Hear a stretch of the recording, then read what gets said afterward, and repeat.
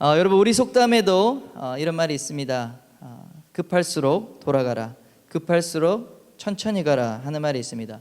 그리고 영어에도 그런 의미가 있는 거 아십니까? Make haste slowly. 뭐죠? 천천히 서둘러라. 어떻게 천천히 서두를 수 있을까요?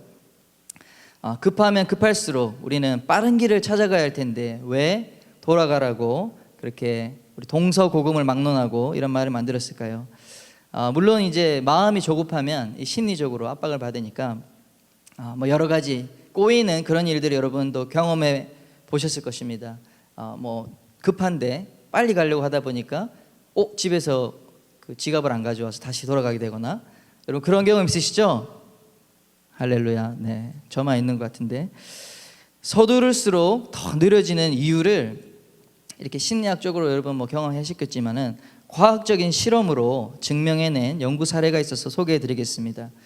독일의, 발음이 정확한지 모르겠지만 드레스덴 기술대학의 디르크 헬빙 교수, 네, 연구팀이 이 위기 속의 개인의 행동이라는 그런 어떤 것을 계산을 해서 집단의 움직임을 이제 파악하기 원했습니다. 그래서 어떤 모의 프로그램을 만들어서 이것을 증명했는데요. 예를 들어 이런 거죠. 건물이나 어떤 지하철이나 이런 데서 화재가 나면, 큰 어려움이 나면 어떻게 되죠? 많은 군중이 막 쏟아져 나가니까 오히려 빨리 빠져나가려고 하다가 더 많은 인명피해가 나는 경우가 많기 때문에 이런 것을 이제 연구해서 이 건물도 아주 공학적으로 이렇게 뭔가 사람들의 안전을 위해서 이제 짓고 하기 때문에 이런 연구를 하는 것입니다. 이 디르크 교수의 실험이 이렇습니다. 우리 그림 사진이 나오는지 모르겠지만 방 안에 이제 200명을 모아놓고 위험이 없는 상태에서 이제 45초 시간을 주고 이제 초속 1m의 속도로 비상구를 이제 빠져나가게 했습니다. 그랬더니 처음에는 이제 90명이 나갔다 하는 것입니다. 그런데 초속 5m로, 그러니까 더 빨리 이제 나가라고, 달리기를 하라고 하니까 어떻게 됐느냐? 서로 몸이 부딪혀서 90명이 아니라 65명밖에 나가지 못했습니다. 근데 여기에 화재나 어떤 위험을 느끼는 공포 상황이 이제 더해지니까 아주 심각한 사태가 일어났습니다. 이제 사람들이 나가려고, 서로 나가려고 치열한 몸싸움을 하게 되고요. 그리고 그 중에 5명이 이제 막 쓰러지게 되는 거예요. 그랬더니 5명이 이제 장애물이 돼서 속도가 훨씬 더 느려져서 45초간 빠져나간 사람이 불과 44명으로 줄어들게 됩니다. 이것을 이제 400명의 군중으로 이제 바꿔서 한다면, 몸싸움을 하니까 24명이 몸싸움을 하다가 넘어져서 죽는 사람도 생기고 큰 부상을 입는 사람도 생긴다고 예측을 합니다. 근데 한 가지 이제 재밌는 발견을 한 것은, 이 연구팀이 똑같은 상황에서 이 비상구의 통로에 중앙에 큰 기둥을 이렇게 세워놓게 되면 오히려 더 많은 사람이 빠져나갈 수 있다는 사실을 발견해낸 것입니다. 우리 사진이 나오죠? 그 원리는 이제 둥근 기둥이 딱 있으면 이 몸싸움을 아까 전에는 이렇게 한 군데 지점에서 막 모여가지고 부딪히게 되잖아요. 근데 그 기둥 때문에 이 가해진 압력이 분산이 되는 겁니다. 그래서 양갈래로 이렇게 오니까 오히려 더 많은 사람들이 같은 시간에 빠져나갔더라 하는 것입니다. 그래서 오늘 설교 제목이 뭐죠? 급할수록 어떻게 가야 됩니까? 돌아가야 합니다. 할렐루야.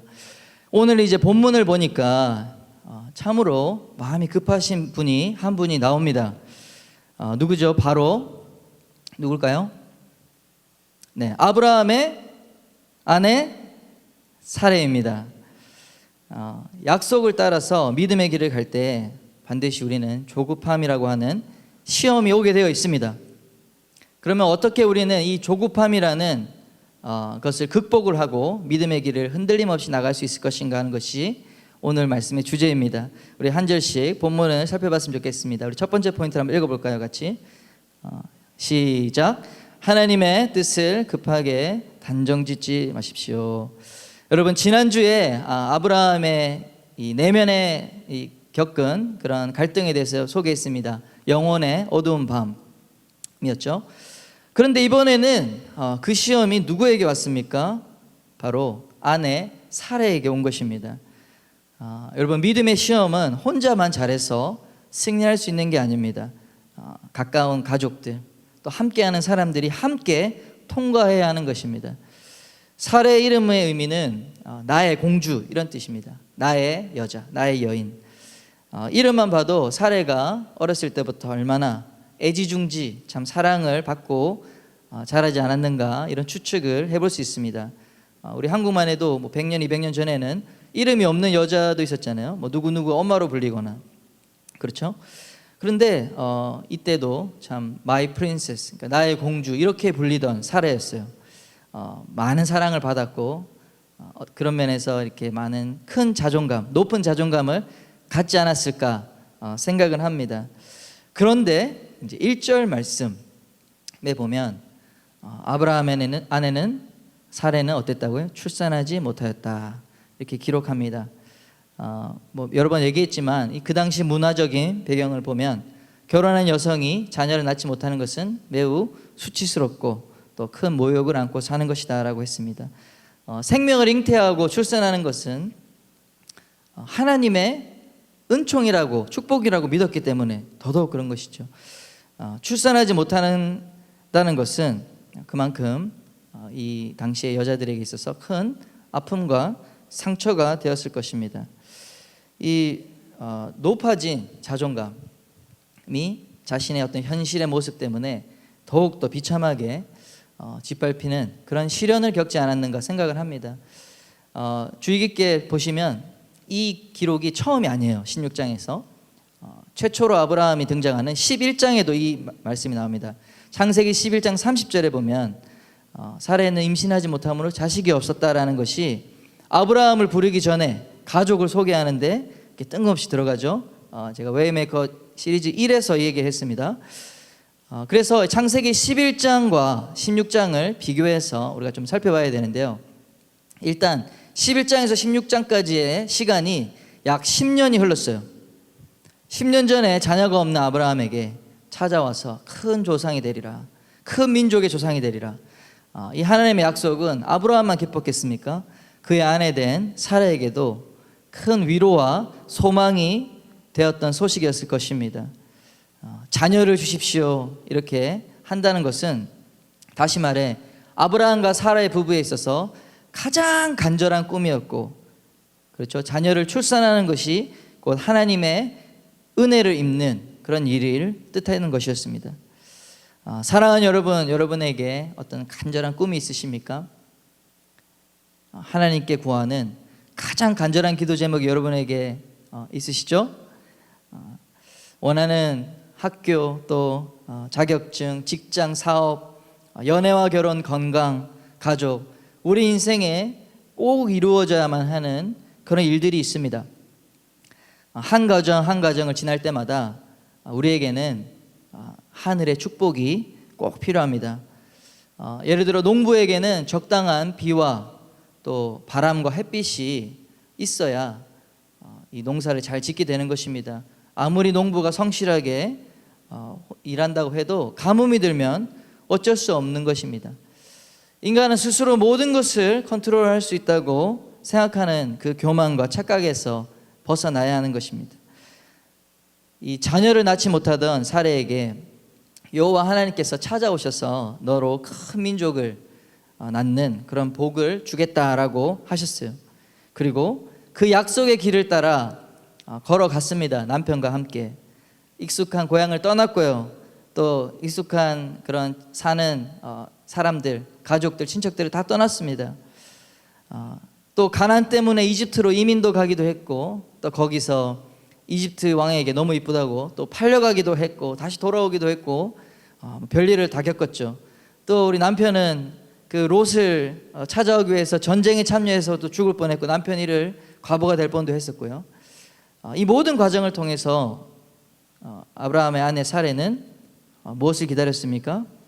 바로 이 자녀를 낳는 하나님의 축복을 기다린 것입니다. 그런데 10년이 지났는데, 중요한 것은 10년이 지났다는 것입니다. 10년이 지났는데 그녀는 여전히 16장 1절처럼 출산하지 못하는 여인이었다 하는 것입니다. 바뀐 게 없는 것입니다. 다른 거는 몰라도 내가 꼭 꼭 필요한, 내게 제일 중요한 것은 바뀌지 않은 상태로 11장에서 16장까지 동일한 상태였다는 것입니다. 이제 75세가 되었어요. 이제 16장에서 사례가 더 이상 하나님의 약속을 있는 그대로 신뢰할 수 없는 그런 나이가 또 되어가고 있었습니다. 10년이나 일하는 세월이 지났는데도 자녀가 없었으니 분명 하나님은 나에게 자녀를 주지 않을 거야. 이런 의심이 이제 들기 시작한 것입니다. 여러분이면 어떻겠어요? 약속의 말씀 붙들고 10년을 기도했는데 주여 10년. 근데 기도에 응답이 없으면 그래도 하나님 믿을 것입니까? 그래도 하나님 여러분 믿으실 거죠? 네, 아유 힘들죠. 네, 아닌가 아니면 이제 뭐 10년이나 했는데 이만큼 했으면 뭐 아닌가 보다 또 포기할 수 있는 그런 시험이 올 것입니다. 저도 막 생각해 보면 사례의 마음이 얼마나 어려웠을까 충분히 공감이 됩니다. 의심도 들 수 있을 것이라 생각도 합니다. 그리고 심지어 여자는 나이가 들면 출산하지 못하잖아요. 생리적으로. 그렇기 때문에 더욱 의심을 할 수밖에 없는 그런 상황입니다. 그런데 여러분 의심이 계속되면 어떻게 됩니까? 그것이 이제 확신이 되는 것입니다. 여러분 의심은 들어올 수 있으나 그것을 가만히 내버려 두면 여러분 생각의 확신으로 바뀝니다. 그래서 2절에 보면 사례가 남편에게 이렇게 말합니다. 성경 구절 보여주시고요. 여호와께서 내 출산을 허락하지 아니하셨으니. 사례는 이제 확신 있게 말합니다. 하나님께서 내 출산을 허락하지 않으셨어요. 단정 지어버렸어요. 그렇죠? 제 나이를 보세요 이렇게 얘기하는 거죠. 10년이나 지났는데 하나님 허락하지 않으셨는데 이제는 보나 안 보나 상관없어요. 이미 하나님의 뜻은 결정되었어요. 뭡니까?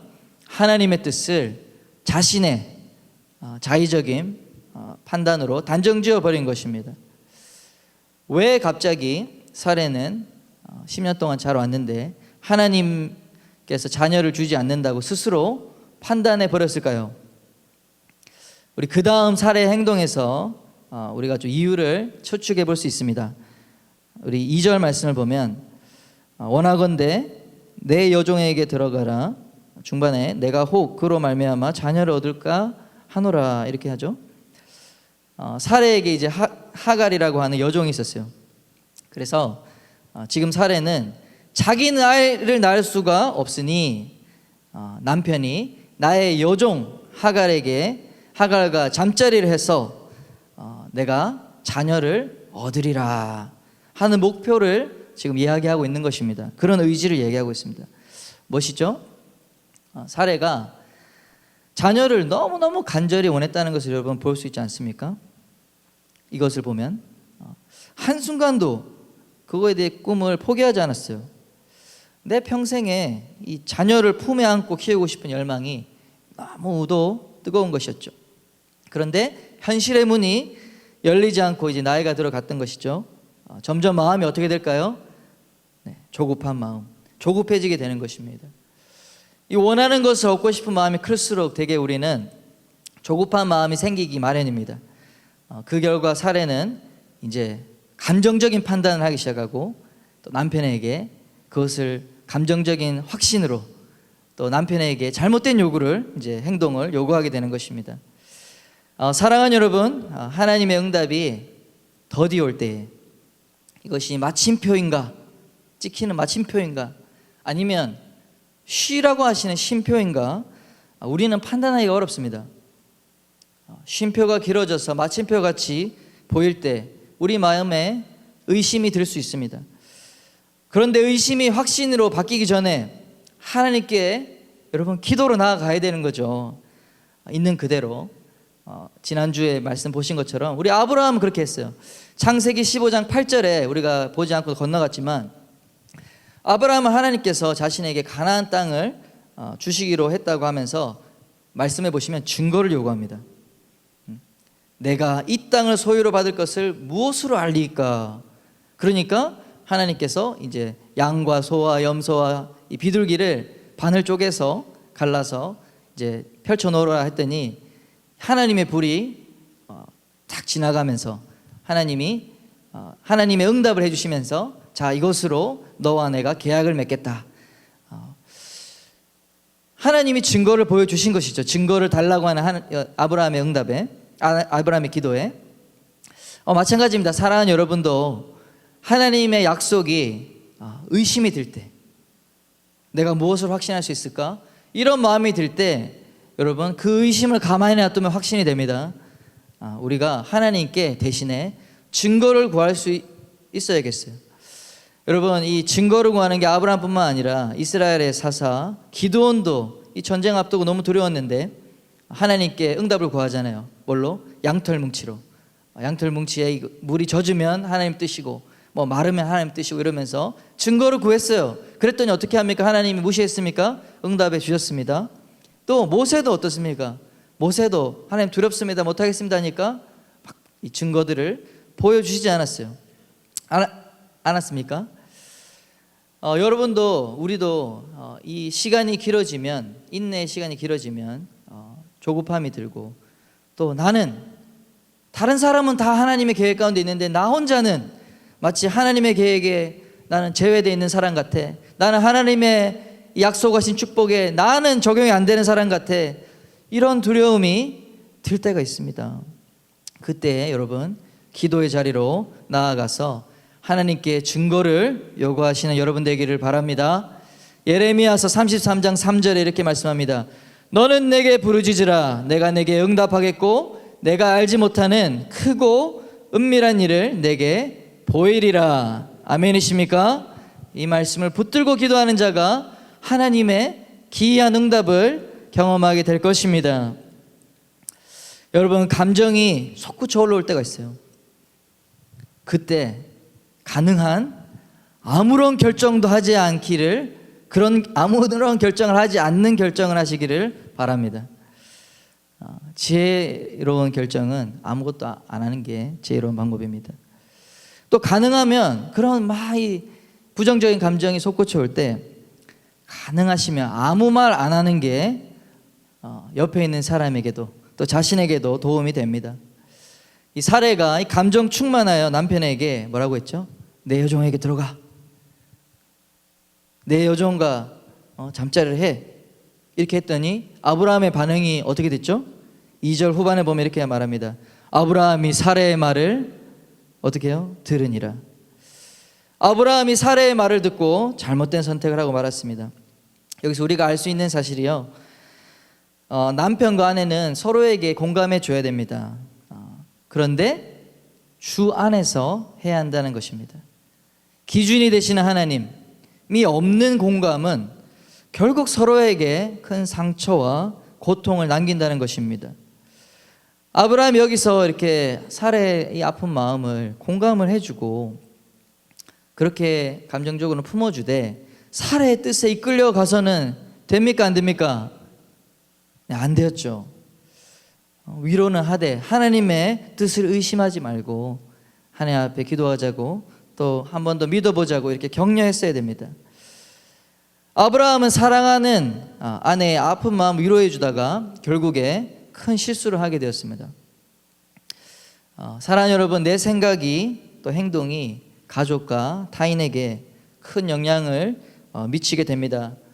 자신이 가진 어떤 부정적인 그런 감정 그대로 여러분 필터링 없이 내뱉으면 어떻게 됩니까? 결국 그 부정적 감정이 전이가 됩니다. 또한 잘못된 판단 역시 전이가 됩니다. 느끼는 그대로, 또 감정 그대로 아무런 필터링 없이 표현하는 사람을 우리는 뭐라고 하죠? 어린아이라고 합니다. 어린아이. 여러분, 어린아이들 한번 잘 관찰해 보세요. 보시면 귀엽고 좋은 점도 있지만 오히려 무서울 때가 많아요. 기분 나쁘잖아요. 경고 없이 바로 주먹 날라가요. 자기 기분 나쁘면 푹. 저희 집에도 이제 중간에 이렇게 야 너 나 화났어 이런 말이 없이 기분 나쁘면 바로 튀어나와요. 저희 아들 둘입니다. 그래서 매일같이 싸워. 기분 나쁘면 한 대 치고 또 가면 또 치고 받고, 매일같이 그렇게 울고불고 싸우는 게 아이들입니다. 우리는 이제 믿음의 어린아이에서 이제 성숙한 그런 어른이 돼야겠죠. 믿음의 사람들은 어떤 사람입니까? 모든 현실의 상황을 믿음의 눈으로 필터링을 하는 사람입니다. 아멘. 현실이 녹록치 못하더라도 하나님의 선하심을 믿고 하나님은 약속을 지키시는 분이심을 믿고 현실을 다시 믿음의 안경을 끼고 인식하는 사람입니다. 그래서 오히려 믿음의 말로 믿음을 복돋아주고 위로해주고 믿음의 격려를 해줄 수 있는 사람이 바로 믿음의 사람인 것입니다. 저 여러분 그렇게 되었으면 좋겠습니다. 우리 옆 사람에게 한번 고백할까요? 믿음의 눈으로 필터링 합시다. 아멘. 네, 우리 믿음의 눈으로 봐야 됩니다. 두 번째 포인트입니다. 함께 읽겠습니다. 시작. 인간적인 방법으로 하나님의 약속을 이루지 못합니다. 네, 우리 10년이라는 세월이 참 긴 세월입니다. 어쩌면 사례가 의심을 드는 것, 또 조급한 마음이 드는 게 이해가 됩니다. 그러나 성경은 분명히 믿음과 연관해서 인내를 말씀합니다. 야고보서 1장 3절 4절 말씀을 한번 힘차게 읽었으면 좋겠습니다. 우리 화면에 나올 텐데요. 함께 읽겠습니다. 시작. 이는 너희 믿음의 시련이 인내를 만들어내는 줄 너희가 알미라. 인내를 온전히 이루라. 이는 너희로 온전하고 구비하여 조금도 부족함이 없게 하려 함이라. 아멘. 야고보 사도는 인내를 온전히 이루어야 할 이유를 말씀하고 있습니다. 인내는 우리가 성숙한 또 온전한 사람이 되기 위해서 필요한 것이라고 말씀합니다. 인내는 믿음의 길을 가는 데 있어서 우리가 훈련받아야 할 필수 요소입니다. 하나님께서 왜 그토록 오랜 세월 사레에게 자녀를 허락하지 않았을까요? 그 이유를 세 가지로 요약할 수 있습니다. 첫째, 하나님의 약속을 믿는 것은 그분의 방법과 그분의 시간까지도 믿는 것이기 때문에. 둘째, 자연적 임신이 불가능한 상태로 인정될 때까지 시간이 지나야 했기 때문에. 또 세 번째로 이 구속사적인 또 의미가 있습니다. 메시아의 동정녀 탄생을 예표하기 위해서입니다. 인간의 생식적인 기능을 통해서만 자녀를 낳을 수 있는 것이 아니라 하나님의 능력으로 자녀를 낳을 수 있다는 것을 이 아브라함의 케이스를 통해서 우리가 보여줌으로써 성경이 나중에 동정녀를 통해서 오신 예수님을 탄생을 예표하는 것이기 때문에 그런 것이죠. 그런데 사레는 마음이 이제 조급했습니다. 그래서 그 하나님의 크신 계획을 물론 알지 못했지만 믿지 못한 것이죠. 신뢰하지 못했습니다. 그래서 그만 인간적인 방법을 사용하고 말았습니다. 왜 인간적인 방법일까요? 사레는 하갈을 통해서 잘 보시면 남편의 자녀를 낳으려 한 것이 아니고 자신의 자녀를 얻고자 했다는 사실을 보셔야 합니다. 2절을 다시 보시면요, 이렇게 나오죠. 내가 혹 그로 말미암아 자녀를 얻을까 하노라 하매. 무슨 의미냐면요, 하갈이 아이를 낳아도 하갈이 그 아이의 엄마가 되는 것이 아니라 사레가 엄마가 된다는 것이죠. 그 종을 통해서 낳은 아이를 소유하고자 했습니다. 왜요? 이게 가능하죠. 왜냐하면 하갈 자체가, 이집트 여인 하갈 자체가 자신의 소유였기 때문에, 자신의 종이었기 때문에 그렇습니다. 여러분, 이러한 생각과 이러한 시도가 얼마나 비윤리적입니까? 세상적이죠. 세상적인 방법입니다. 자기가 낳은 아이가 아닌데 자신의 아이로 만드는 것, 이것이 아기를 품고 10개월 동안 출산한 생모에게 있어서 얼마나 큰 마음의 고통을 주는 일일까요? 하나님의 형상인 사람은 사람을, 이 아이를 대신 낳아주는 이 도구로 만든 것이죠. 그러나 한국 또 50년 100년 전에 이런 일이 있었습니다. 그렇죠? 영화로도 나오고 제목으로도. 점점 이제 이 생명윤리에 대해서 또 중요한 시대가 되는데요. 최근에 한 가지 예를 들면 대리모에 대한 논란이 있습니다. 우리 부부가 불임을 하니까, 임신을 못하니까 이 정자와 난자를 전혀 다른 사람의 여자의 자궁에 넣어서 아이를 자라게 해서 낳게 해주는 그런 여자를 대리모라고 합니다. 크리스천은 여기에 어떤 입장을 가져야 될까? 한번 잠깐 생각해 보면요, 부모가 전혀 관계없는 사람을 통해서 아이를 자궁만 빌려서 낳는다는 것은 의료기술로 가능하답니다 지금. 근데 이 부분이 처음에는 의료적인 목적으로 또 필요에 의해서 시작을 하지만 분명히 이것을 법으로 허용하면 또 남용하게 될 가능성이 많다. 그렇기 때문에 저는 이 크리스천들은 이런 부분을 생명윤리라는 것으로 강조를 해서 이런 부분을 좀 동조해서는 안 된다고 생각을 합니다. 실제로 이제 대리모 비즈니스로 이제 변질될 수가 있고, 인도의 이제 가난한 나라 이런 데서 이제 법의 사각지대에 있는 데서는 벌써 큰 돈을 준다고 하니까 부자들이 가서 이제 우리 인도의 어떤 소녀들에게 건강한 우리 자궁의 아기를 이렇게 자라게 해서 아이를 데려가는 그런 일들이 실제로 지금도 암암리에 이루어지고 있다고 합니다. 여러분, 이것이 하나님의 방법일까요? 네, 이런 것은 인간적인 방법이라고 저는 생각을 합니다. 점점 세상이 하나님의 창조 세계를 거스르는 법들을 제정하고 있습니다. 우리 과학기술이 꼭 하나님께 영광을 돌리는 방향이 아니라 하나님이 만드신 그런 생명의 어떤 영역까지도 침범하게 되는 그러한 상황까지 오고 있습니다. 법이 바뀌면, 여러분, 크리스천이지만 법이 바뀌면 법이 허용하기 때문에 다 해도 됩니까? 여러분 어떻게 생각하세요? 법적으로 오케이다. 여러분, 우리는 세상의 법이 기준이 아니라 뭐가 기준이죠?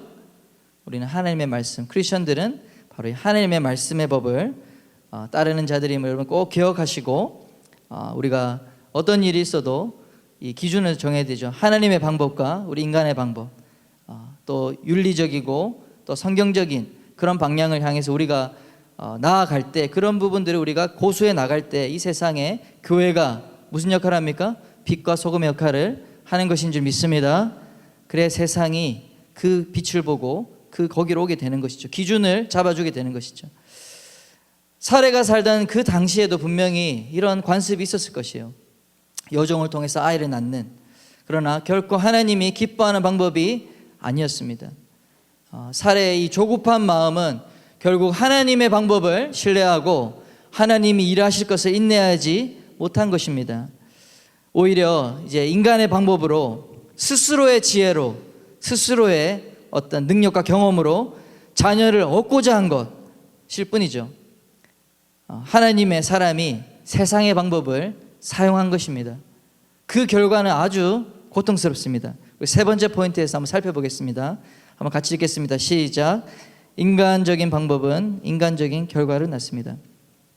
우리 4절을 보겠습니다. 4절 한번 읽겠습니다. 시작. 아브라함이 하갈과 동침하였더니 하갈이 임신하매 그가 자신의 임신함을 알고 그의 여주인을 멸시한지라. 재밌는 것은 아브라함과 사레 사이에는 임신이 안 됐어요, 평생.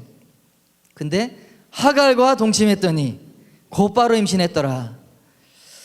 사레는 그래서 왜 안 됐을까요?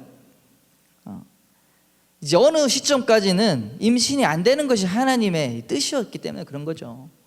임신이 안 되는 게 하나님의 방법이었어요. 근데 신뢰하지 못하니까 이제 그것을 바꾼 것이죠.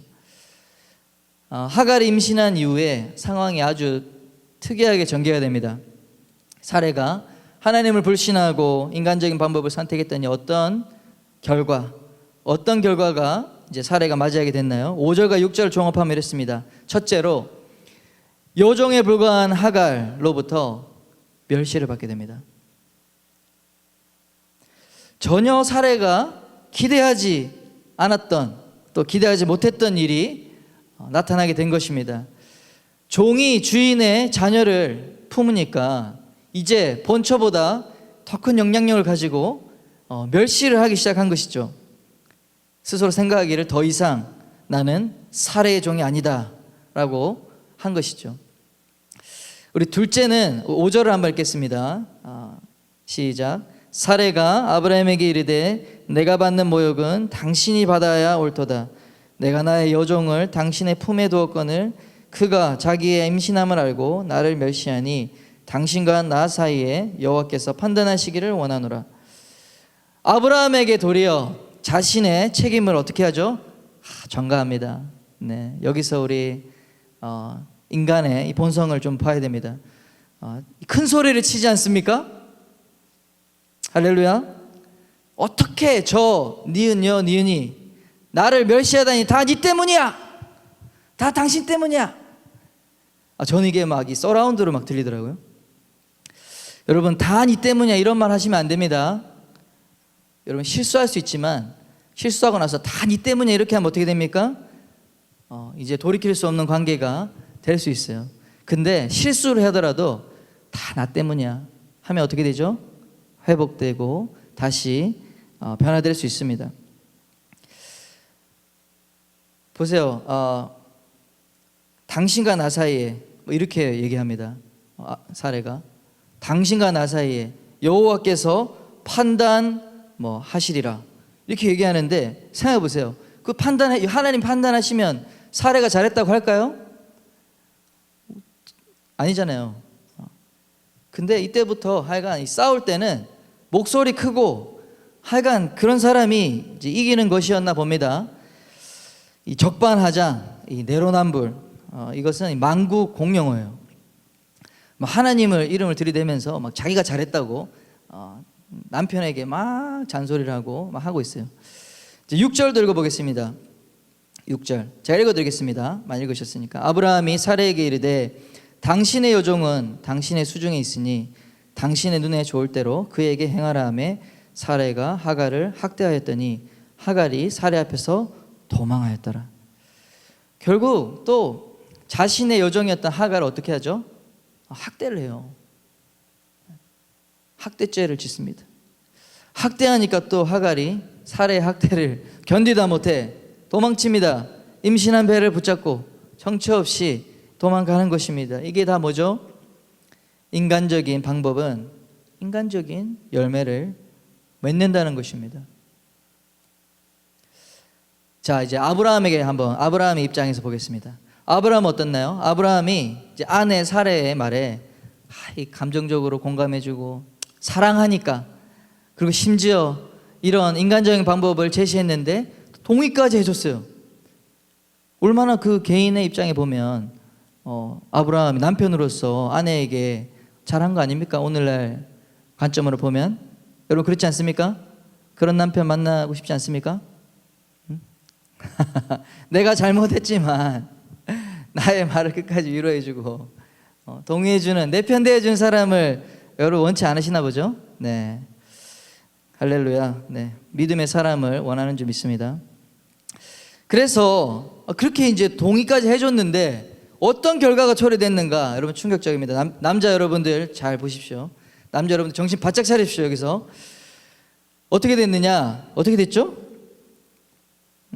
사레가 아브라함에게 이르되 내가 받는 모욕은 당신이 받아야 옳도다. 야, 이 아내의 질책을 받습니다. 아내 편을 기껏 다 들어주고 했는데 그 결과는 그 편을 들어준 아내로부터 엄청난 질책, 이게 다 네 때문이야 하는 그런 것을 받게 돼요. 이 감정이입을 하고, 제가 남편이니까 아브라함 이야기를 듣는데 와, 너무 불쌍하더라고요. 억장이 무너집니다. 아니, 자기 마음을 너무 안타까워서 위로해 주려고 네 편 들어준 건데, 야, 결국에 깨닫는 것이죠. 하나님 기준이 없는 이 감정적인 공감은 결국 상대방에게도 질책과 모욕으로 돌아오게 돼 있다 하는 것입니다. 하나님을 벗어난 이 아내의 결정 또는 남편의 결정에 따라갈 때 아브라함은 하나님 주신 무엇을 잃어버렸습니까? 영적 권위를 상실하게 된 것입니다. 여러분, 가정이나 또 교회에서 영적 권위는 반드시 하나님의 권위를 높일 때 세워지게 되는 것입니다. 꼭 기억하시길 바랍니다. 두 번째로 아브라함은 어떤 일이 또 초래됐습니까?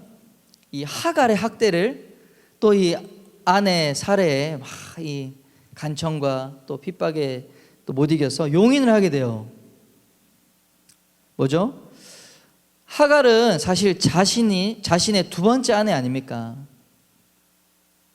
그죠? 두 번째 아내가 되었는데 그 아내를 보호할 책임이 있음에도 보호하지 않은 것입니다. 또 자기 자신의 자식이 자식을 품은 엄마잖아요. 자식의 보호자잖아요. 근데도 자기 아들의 엄마를 보호하지 않았어요. 이 첫 단추가 잘못되면요, 계속 인생이 꼬입니다. 인간적인 방법으로 약속을 이루려 했더니 돌아온 것은 결국에 혼란과 고통과 관계의 단절입니다. 사랑하는 여러분, 인간적인 방법으로 약속을 이루려는 시도는 하나님 앞에서 큰 대가를 지불하게 된다는 것을 기억하시기 바랍니다.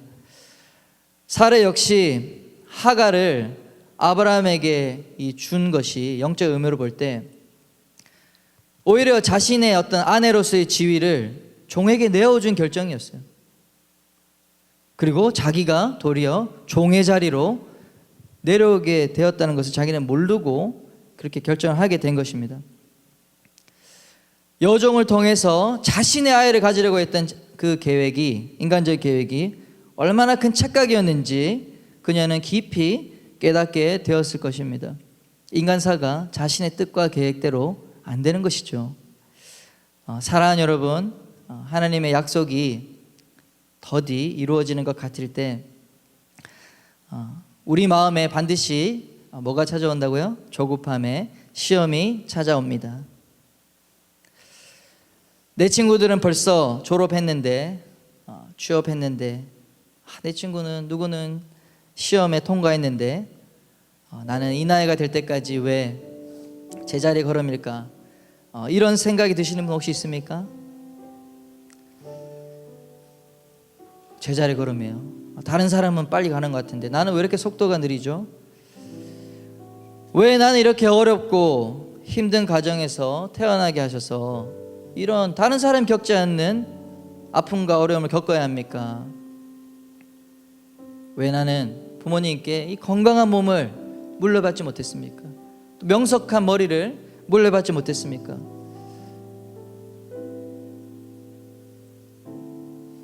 왜 내가 사는 시대에는 하필 내가 취업해야 되는 시대에는 경제 불황이 오고 일자리가 없고 또 전 세계적인 전염병이 오질 않나? 하나님 왜 이런 어려움을 주십니까? 우리가 현실을 보면 수많은 어려움이 있습니다. 현실에 집중하면 두려움이 오고요, 나의 모습에 집중하면 의심이 들 수밖에 없습니다. 그러나 그때에 주님은 뭐라고 말씀하시나요? 인내를 온전히 이루라. 인내를 온전히 이루라. 이렇게 말씀하고 계시다는 것을 여러분 믿으시길 바랍니다. 여러분 인내를 온전히 이루십시오. 아멘. 우리 옆 사람에게 한번 이렇게 축복해 주세요. 인내를 온전히 이루십시오.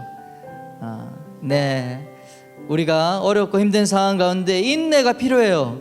이 믿음의 싸움에 중요한 것이 바로 인내입니다. 마지막으로 이야기를 하나 들려드리려고 하는데요. 우리 사진에 보면 사진을 보여주시고 어느 숲속에 두 명의 벌목꾼이 이 100년이 넘어 보이는 큰 거목을 이제 벌채하고 있었어요. 그래서 이 나무를 이렇게 다 잘랐는데 뭐죠? 나무를 자르면 뭐가 보입니까? 나이테가 보입니다.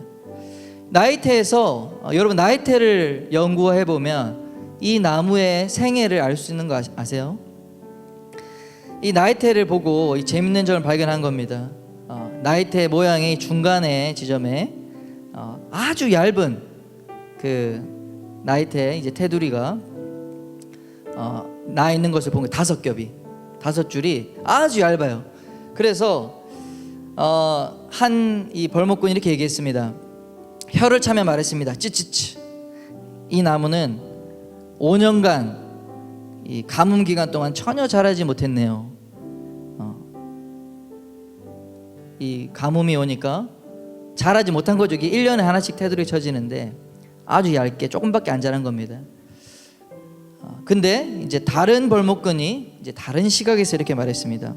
물론 그 가뭄 기간에는 크게 자라지 못했지요. 하지만 가뭄으로 인해서 양분을 얻기 위해 그 기간 동안에 자라지 못했지만 뿌리가 깊이 내렸고 그 뿌리가 깊이 내리면서 이 나무는 성장할 수 있는, 멀리 성장할 수 있는 조건을 갖게 되었습니다. 그 가뭄이라는 인내를 가지고 고난의 가뭄을 이겨냈기에 이제 이 큰 거목, 100년 이상의 살 수 있었던 큰 거목이 될 수 있었습니다라고 했습니다.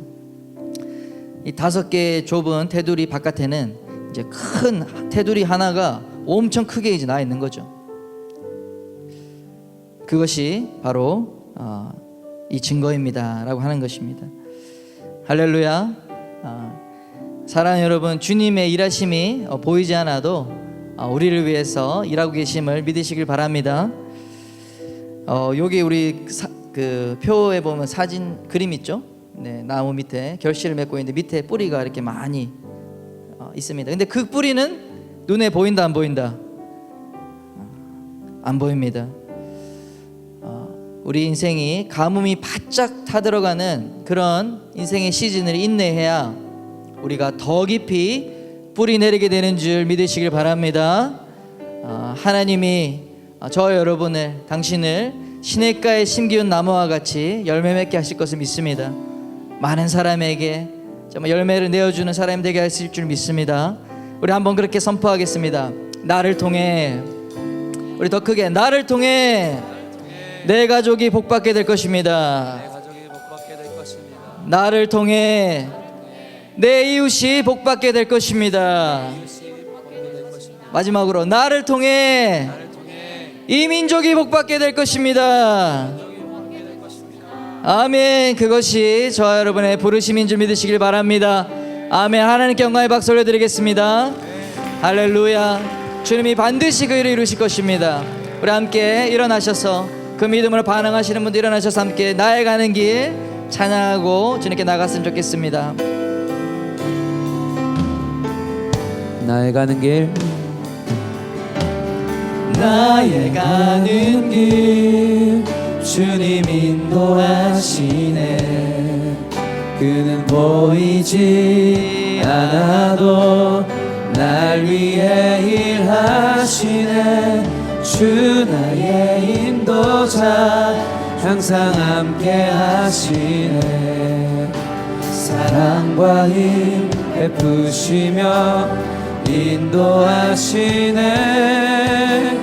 인도하시네. 나의 가는 길, 나의 가는 길 주님 인도하시네. 그는 보이지 않아도 날 위해 일하시네. 주 나의 인도자 항상 함께 하시네. 사랑과 힘 베푸시며 인도하시네. 인도하시네. 광야에 길을 만드시고 날 인도해. 아멘. 사막의 강 만드신 것 보라. 하늘과 땅 변해도 주의 말씀 영원히 내 삶 속에 새 일을 믿음으로 선포합시다. 나의 가는 길 주님 인도하시네. 그는 보이지 않아도 그는 보이지 않아도 날 위해 일하시네. 날 위해 일하시네. 주 나의 인도자 항상 함께 하시네. 사랑과 힘 베푸시며 인도하시네. 우리 한번 더 고백합시다. 광야의 길을 만드시고 광야에 길을 만드시고 날 인도해.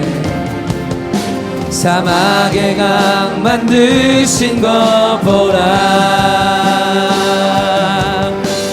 하늘과 땅 변해도 주의 말씀 영원히 내 삶 속에 새 일을 행하리.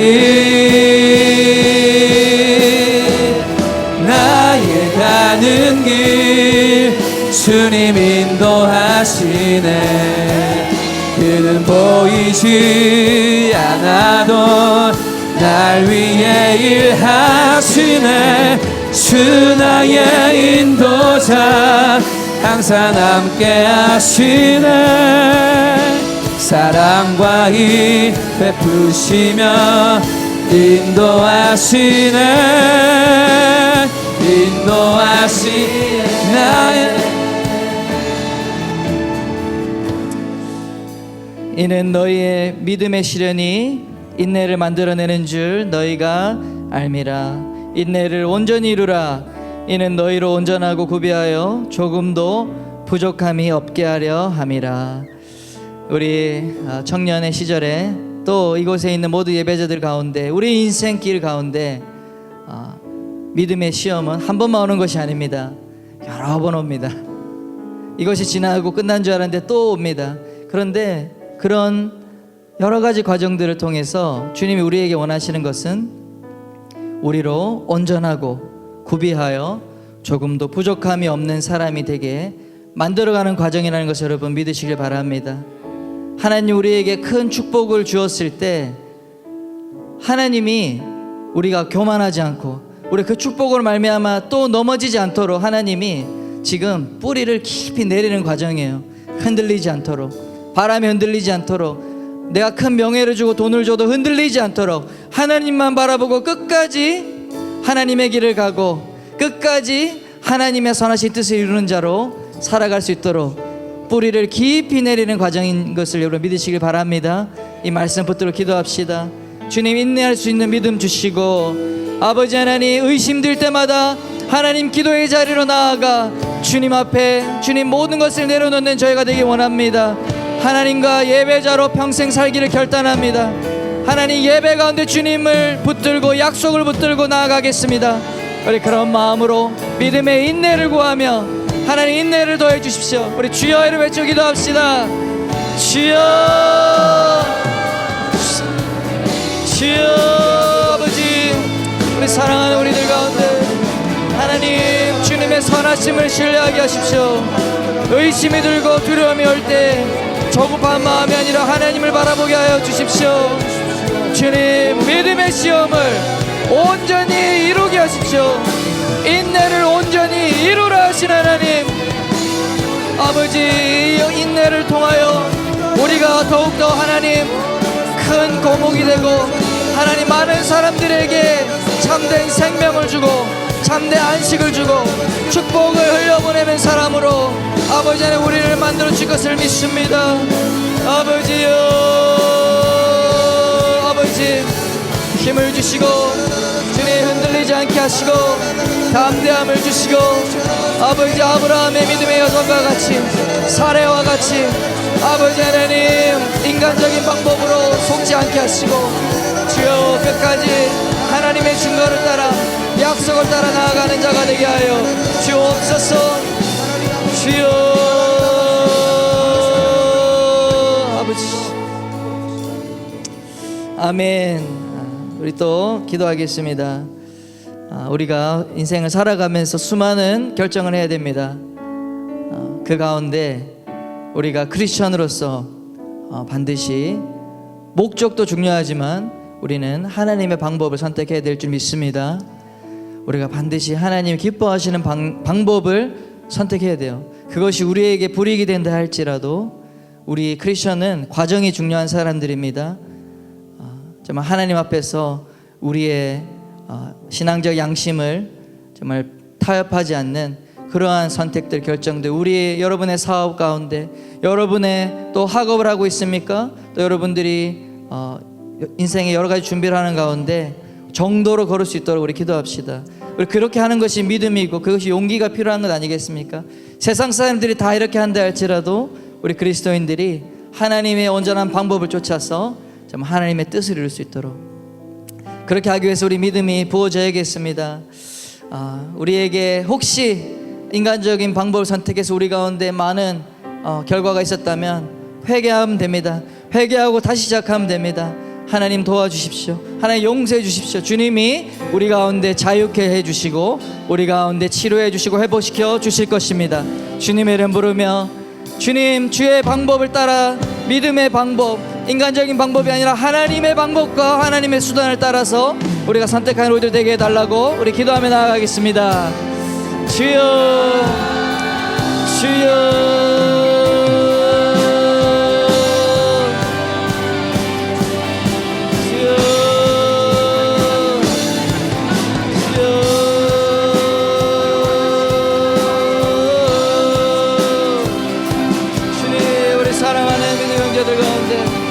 아버지, 세속에 물들지 아니하고 세상의 방법이 아니라 하나님의 방법을 따라가게 하여 주시고, 아버지 하나님, 우리가 세상의 논리와 세상의 기준을 따라가지 않기 원합니다. 오직 하나님의 거룩한 방법을 따라갈 수 있기 원합니다. 주여, 예, 아버지,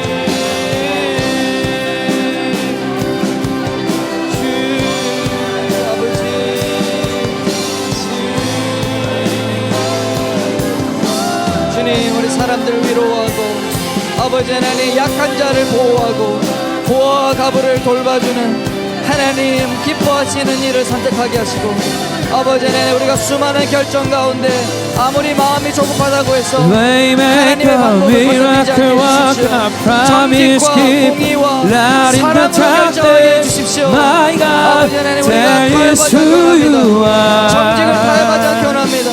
아버지 하나님, 성결하게 행하게 해주십시오. 아버지 하나님, 하나님의 방법, 하나님이 기뻐하시고 하나님이 좋아하는 방법을 가져가게 해주십시오. There is who you are, Waymaker, miracle worker, promise keeper, light in the darkness. My God, there is who you are. Waymaker, miracle worker, promise keeper, light in the darkness. My God, there is who you are. 큰 길을 만드시는 주, 큰 길을 만드시는 주, 큰 기적을 행하시는 주, 그는 나의 하나님. 약속을 지키시는 주, 어둠 속에 빛이 되시는 그는 나의 하나님. 나의 하나님, 나의 하나님, 나의 하나님, 나의 하나님, 나의 하나님,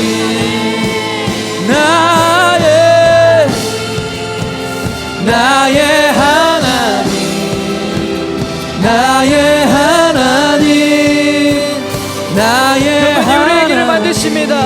큰 길을 만드시는 주, 큰 길을 만드시는 주, 큰 기적을 행하시는 주, 그는 나의 하나님. 약속을 지키시는 주, 어둠 속에 빛이 되시는 그는 나의 하나님.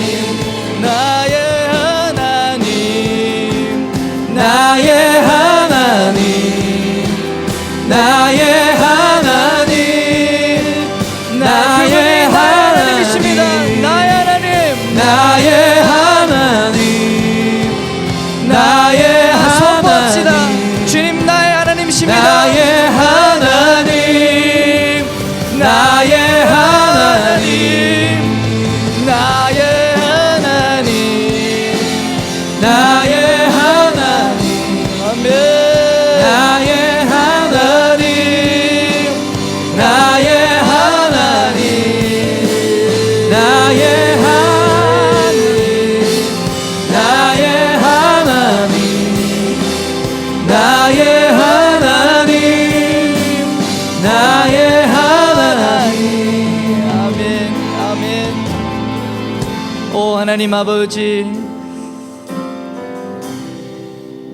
우리 예수 그리스도를 따라 믿음의 걸음을 한 걸음 한 걸음 갈 때에 우리 가운데 두려움이 몰려오고 우리 가운데 조급함이 몰려올 때가 많이 있음을 고백합니다.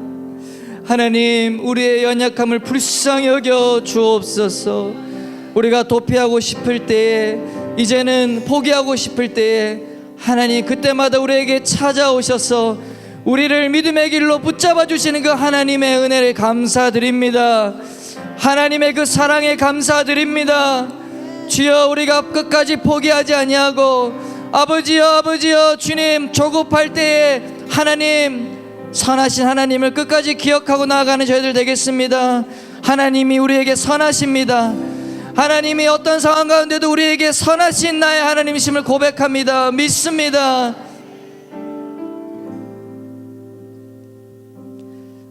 하나님 기뻐하시는 이곳 청년들에게 하나님의 꿈과 비전을 주시옵소서.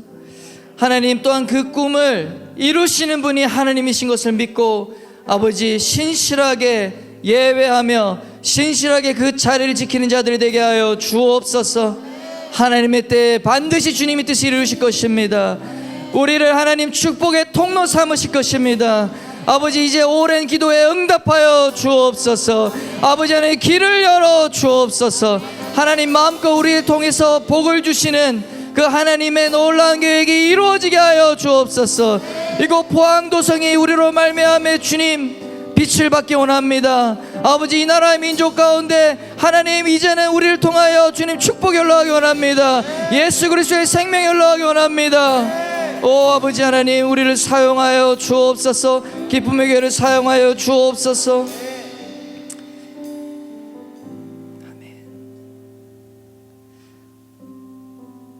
이제는 성부, 성자, 성령 하나님의 부어주시는 하나님의 믿음과 은혜와 기쁨이 이곳에 주의 이름을 부르는 모든 예배자들 위해 이제부터 영원까지 함께하기를 간절히 축원하옵나이다. 아멘.